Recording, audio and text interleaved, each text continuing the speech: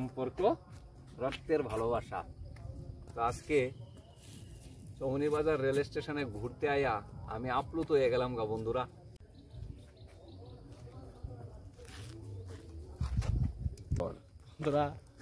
নমস্কার। আমারও নমস্কার।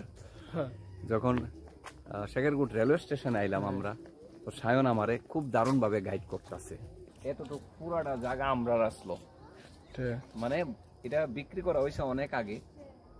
হাই ফ্রেন্ডস, ঘুরতে আইছি নিজের ছেলে রেলুয়া শেখেরগুট রেলওয়ে স্টেশনে। আয়া পায়া লাইছি এখানে আমার বাতিজির মায়ারে। কি কয় না, রক্তের সম্পর্ক, ব্লাড রিলেশন কোনোদিনও মিথ্যা হইতে পারে না।